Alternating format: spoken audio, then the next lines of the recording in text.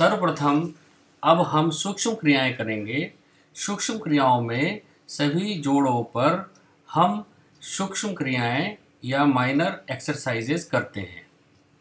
इसमें सर्वप्रथम क्रिया है टो बेंडिंग। सबसे पहले पैरों की एक्सरसाइज करने के लिए या लोअर लिम्ब की एक्सरसाइज करने के लिए प्रथम सूक्ष्म क्रिया है पादांगुली नमन, टो बेंडिंग। अपने एंकल जॉइंट को हिलाए बिना अपनी उंगलियों को आगे की ओर मोड़िए और पीछे की ओर करिए। पूरा स्ट्रेच दें आगे और रिलैक्स कर दें।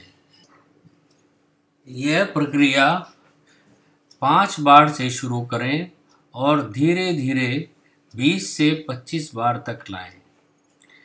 20 से 25 बार लाने के लिए 15 दिन का समय कम से कम लें। शुरू में 5 बार करनी है टो बेंडिंग या पादांगुली नमन। अब दूसरी क्रिया है एंकल बेंडिंग। अपनी एंकल जॉइंट को फिल्म में दिखाए गए अनुसार आगे खींचिए और पीछे ले जाइए। पूरा स्ट्रेच दें आगे, पूरा खींचिए और पीछे ले जाएं। 5 बार पूरी प्रक्रिया करेंगे। यह प्रक्रिया भी 5 बार से धीरे धीरे आप 20 से 25 बार तक। इसके पश्चात दूसरी प्रक्रिया है एंकल रोटेशन, गुल्फ चक्र। दोनों एडी पंजों को मिलाइए और एंकल को घुमाइए। 5 बार क्लॉकवाइज और 5 बार एंटी क्लॉकवाइज अपने एंकल जॉइंट या एडी के जॉइंट पर दोनों पैरों के अंगूठों को साथ में मिलाते हुए घुमाना है। अब दूसरी प्रक्रिया है एंकल क्रैंक। अपने दाहिने पैर को उठाकर बाएं पैर की थाई या जंघा के ऊपर रखें। बाएं हाथ से दाहिने पैर के अंगूठे और उंगली के बीच से पकड़ें और दाहिने हाथ से पैर को पकड़कर सपोर्ट करें। अब एंकल जॉइंट से क्लॉकवाइज और एंटी क्लॉकवाइज मूवमेंट देना है। 5 बार फिल्म में दिखाए गए चित्र के अनुसार घुमाएं। 5 बार क्लॉकवाइज और 5 बार एंटी क्लॉकवाइज घुमाना है। अब एंटी क्लॉकवाइज प्रक्रिया आप फिल्म में दिखाए के अनुसार करें। इस तरह सूक्ष्म क्रियाओं से हमारे जोड़ों के बीच में कार्य ना करने से जमा होने वाला कैल्शियम नहीं जमेगा।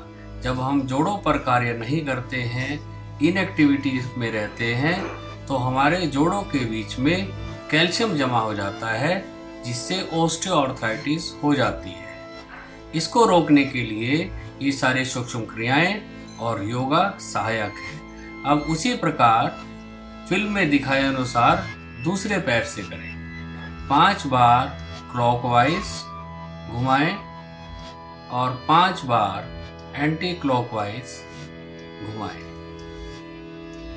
अभी पहले क्लॉकवाइज और अब anti clockwise ankle crank, Gulf घूर्णन। आराम से धीरे धीरे यह एक्सरसाइज करनी है।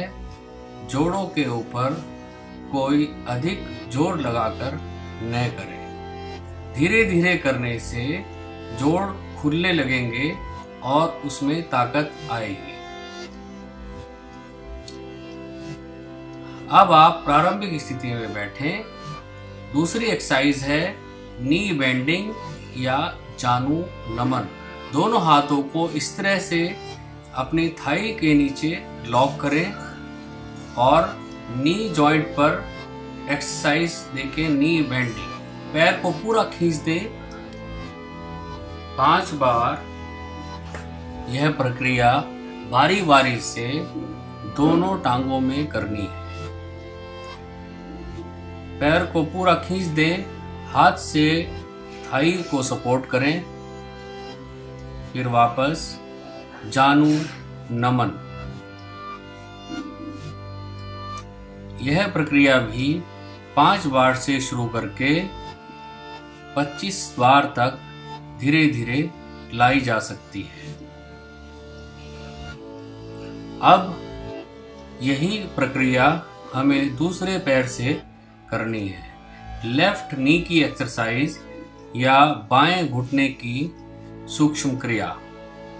दोनों हाथों को थाइस के नीचे रखें, जिससे थाई को सपोर्ट करें और पैर को खोल दें।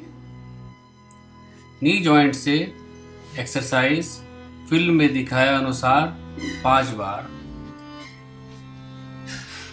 पूरा स्ट्रेच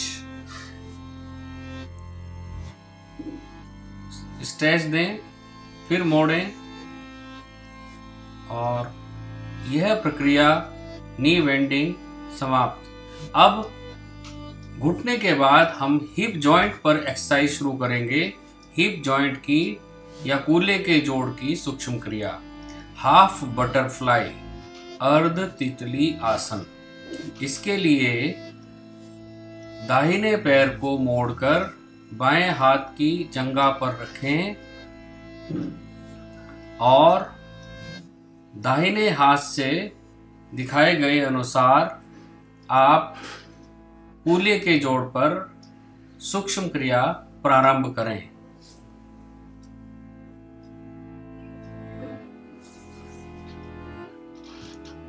दाहिने हाथ से सपोर्ट करते हुए एक्सरसाइज करनी है। अब बाएं पैर से करें। बाएं पैर को घुटने से मोड़कर दाहिने पैर की जंघा पर रखें। दाहिने हाथ से पैर को पकड़ें और बाएं हाथ से हिलाएं। अर्ध तितली आसन, हाफ बटरफ्लाई। यह कूल्हे की बहुत अच्छी सूक्ष्म क्रिया है। इससे धीरे धीरे हमारे कूल्हे की मसल्स, मांसपेशियां सुदृढ़ और मजबूत होंगी और फिगर्स करेक्शन में यह बहुत लाभदायक है, विशेषकर महिलाओं के लिए और पुरुषों के लिए भी। अब अगली सूक्ष्म क्रिया है फुल बटरफ्लाई, पूर्ण तितली आसन। थोड़ा सा दीवार से आगे आ जाएं और दोनों पैरों को एड़ियों से मिलाकर हाथों से फिल्म में दिखाए अनुसार लॉक कर लें और बिल्कुल कमर सीधी रखते हुए दोनों पैरों को तितली के पंखों की तरह, जैसे तितली पंख फड़फड़ाती है उस तरह की क्रिया करते हुए इस आसन को करना है। फुल बटरफ्लाई पोज, पूर्ण तितली आसन। कमर सीधी रखें, गर्दन सीधी, निगाह सामने, दोनों हाथों से दोनों फुट को लॉक रखें और यह पूर्ण हुआ पूर्ण तितली आसन, फुल बटरफ्लाई। अब डायनामिक स्पाइनल ट्विस्ट। दोनों पैरों को थोड़ा खोल लें, घुटने से हल्का मोड़ लीजिए और दाहिने पैर से के ऊपर बायां हाथ स्पर्श होगा। चित्र में दिखाए अनुसार गर्दन को भी उसी दिशा में मोड़ना है जिधर पूरा शरीर मुड़ रहा है। अब बाएं हाथ से दाहिने पैर को स्पर्श करना है।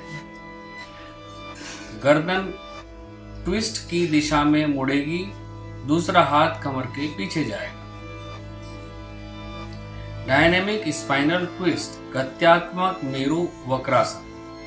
यह कमर के जोड़ और कमर की मांसपेशियों को मजबूत करने का एक उत्तम योगासन है। इसी प्रकार ये 5 बार यह प्रक्रिया दोहराएंगे और धीरे धीरे इसको भी 5 बार से 20 से 25 बार तक ले आना है। गत्यात्मक मेरु वक्रासन। अब अगला योगासन है चर्निंग द मिल।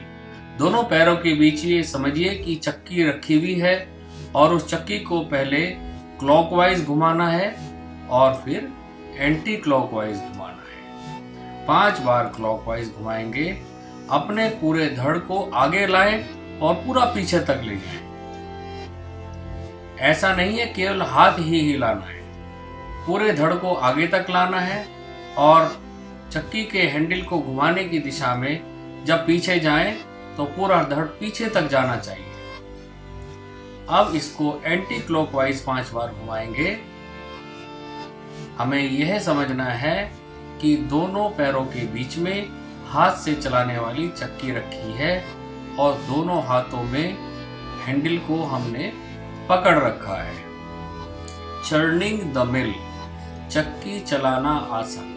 यह योगासन आपके कमर के जोड़, हाथों के जोड़ और पूरी रीढ़ की हड्डी के संतुलन और उसकी मांसपेशियों को मजबूत करने और इसके साथ साथ कंधे की मांसपेशियों को मजबूत करने का सर्वोत्तम सूक्ष्म क्रिया है। चक्की चलाना आसन समाप्त हुआ। इसके बाद अब हमारी सूक्ष्म क्रियाएं अपर लिम्स या हाथों की शुरू होती है। इसके लिए सबसे पहले सुखासन में बैठेंगे। सबसे पहले बाएं पैर को दाहिनी जंघा के पास लाएं और दाहिने पैर को बाएं पैर के ऊपर रख दें। यह है इसकी प्रारंभिक स्थिति। सुखासन में हम बैठे हैं इस समय। अब हम शुरू करेंगे हैंड क्लेंचिंग, मुष्टिका बंधन। अभी सुखासन में आप देख रहे हैं। सुखासन के बाद अब हैंड क्लेंचिंग, मुष्टिका बंधन। दोनों हाथों की उंगलियों को फैलाइए और मुट्ठी को बंद करें। पूरा जोर लगा दें, फिर खोलें, फिर बंद करें, फिर खोलें। हैंड क्लेंचिंग या मुष्टिका बंधन 5 बार से यह प्रक्रिया शुरू करनी है और इस प्रक्रिया को 20 से 25 बार तक 1 महीने के अंदर ले जाने का प्रयास करें। दूसरी एक्सरसाइज या सूक्ष्म क्रिया है रिस्ट बेंडिंग या मणिबंध नमन। यह सूक्ष्म क्रिया आपकी रिस्ट या मणिबंध के ऊपर है। आगे लाइए, फिर ऊपर ले जाइए। फिल्म के अनुसार 5 बार इस सूक्ष्म क्रिया को करें। ऊपर, नीचे, ऊपर, रिलैक्स। अब अगली प्रक्रिया है रिस्ट रोटेशन या मणिबंध चक्र। मुट्ठियां बंद कर लें, हाथों को सीधे कर लें और हाथों की हथेली से रिस्ट को आपको घुमाना है। मुट्ठी बंद करके इनसाइड आउट 5 बार और 5 बार उसके विपरीत दिशा में घुमाना है। अब देखिए विपरीत दिशा में शुरू हो रहा है। 5 बार इस दिशा में बाहर से अंदर की ओर लाई जा रही है। रिस्ट रोटेशन या मणिबंध चक्र। रिलैक्स। इसके पश्चात दूसरा योगासन या सूक्ष्म क्रिया है। अब हमें एक बहुत ही महत्वपूर्ण प्रक्रिया करनी है जिसको बोलते हैं प्रोनेशन व सुपिनेशन। चिकित्सा विज्ञान के अंदर प्रोनेशन और सुपिनेशन दोनों हाथों की वह प्रक्रिया है जिससे कि हमारे सुपीरियर और इंफीरियर रेडियो अल्नर जॉइंट्स के ऊपर यह क्रिया होती है। यह क्रिया हमारी रिस्ट पर नहीं होती, यह क्रिया हमारे कोहनी पर नहीं होती, जबकि हमारी फोर आर्म में दो हड्डियां होती हैं, रेडियस और अल्ना। वो रेडियस और अल्ना एक दूसरे के ऊपर घूमती हैं और उनके घूमने से एक पेंच को खोलने और पेंच को बंद करने का एक मूवमेंट आता है। तो इसके लिए हम हाथ को इस पोजीशन पर रखेंगे और ये हो गया सुपिनेशन, ये pronation, supination, pronation, supination, pronation, supination, pronation. यह प्रक्रिया 5 बार से शुरुआत करके इसको 25 बार तक लाना है 1 महीने के अंदर। इस प्रक्रिया से हमारी फोर आर्म की मांसपेशियां और जोड़ मजबूत होंगे, उसमें ऑस्टियोआर्थराइटिस नहीं आएगी, फोर आर्म की मांसपेशियां मजबूत होंगी। अब हमने हाथ की उंगलियों की वर्जिश की, रिस्ट की। अब अगला आता है कोहनी, एल्बो बेंडिंग, कोहनी नमन। फिल्म में दिखाए अनुसार कोहनियों को पूरा खोल दें, फिर इसको बेंड करें, शोल्डर पर ले जाएं और 5 बार यह प्रक्रिया करें। सामने देखते रहें, गर्दन सीधी रहनी चाहिए, पूरा स्ट्रेच देना है। यह हमारी कोहनी के जोड़ और अपर आर्म की मांसपेशी, बाइसेप्स और ट्राइसेप्स की मजबूती के लिए सर्वोत्तम सूक्ष्म क्रिया है। अब कोहनी की वर्जिश के बाद, कोहनी नमन के बाद अब हमारी अगली सूक्ष्म क्रिया आती है शोल्डर रोटेशन, स्कंध चक्र, कंधों की सूक्ष्म क्रिया। दोनों हाथों को इस तरह से मोड़कर कंधों के ऊपर रख लें और कोहनी से, दोनों हाथों की कोहनी से बड़े से बड़ा चक्र बनाना है। पहले क्लॉकवाइज 5 बार और फिर एंटी क्लॉकवाइज 5 बार। गर्दन को सीधी रखेंगे, सामने देखते रहेंगे। अब यह प्रक्रिया स्टार्ट करें। स्कंध चक्र, शोल्डर रोटेशन 5 बार क्लॉकवाइज। पहले क्लॉकवाइज पीछे तक ले जाएं, पूरा खींचकर, फिर आगे तक लाएं, कोहनियों को आपस में मिलाते हुए, फिर पीछे ले जाएं, फिर आगे लाएं। गर्दन सीधी रखनी है, नीचे नहीं देखना है, सामने देखते रहें।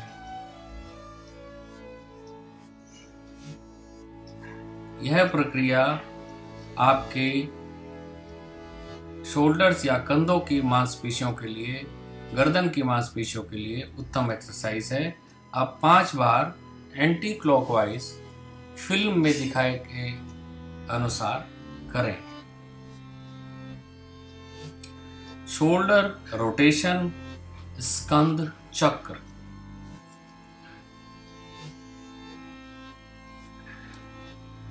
इसके पश्चात अब हमारी आखिरी अपर लिम्स की एक्सरसाइज है।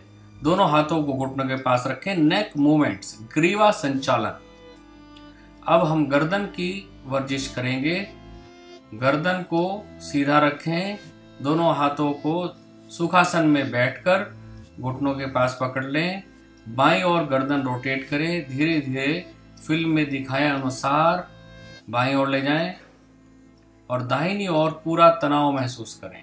पूरा खींच दीजिए, कंधों का मूवमेंट नहीं होना है, सिर्फ गर्दन को ही रोटेट करें। बीच में लाएं, धीरे धीरे उसको अब दाहिनी ओर ले जाएं, पूरा खींच दें, बाईं ओर तनाव महसूस करें, गर्दन के पूरा खींचें, फिर मध्य में लाएं, अब पीछे ले जाएं, धीरे धीरे, जल्दी नहीं करनी है। गर्दन के सभी जॉइंट बहुत डेलिकेट होते हैं, इसलिए तेजी ना करें, धीरे धीरे यह मूवमेंट करना है। आगे लाएं,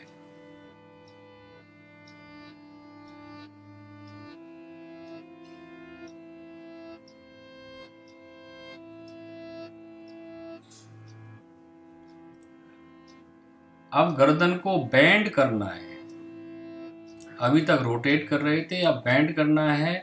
पहले बाईं ओर बेंड करें, कंधे के पास तक ले जाएं, दाहिनी ओर तनाव महसूस करें।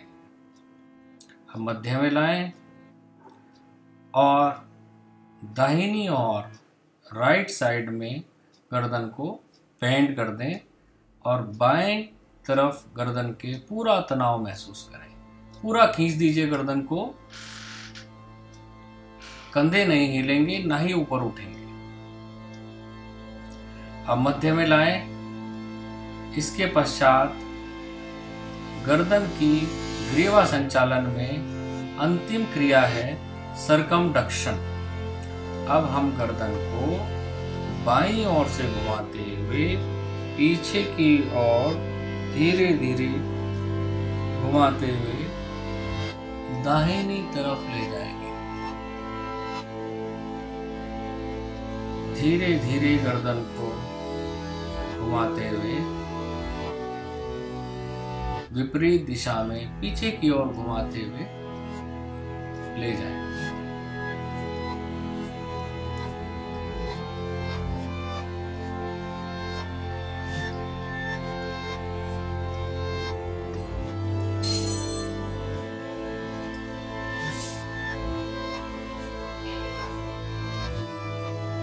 अब उसी जगह से वापस गर्दन को प्रारंभिक स्थिति की तरफ घुमाते हुए ले जाएं। ध्यान रखें, यह मूवमेंट धीरे धीरे करना है।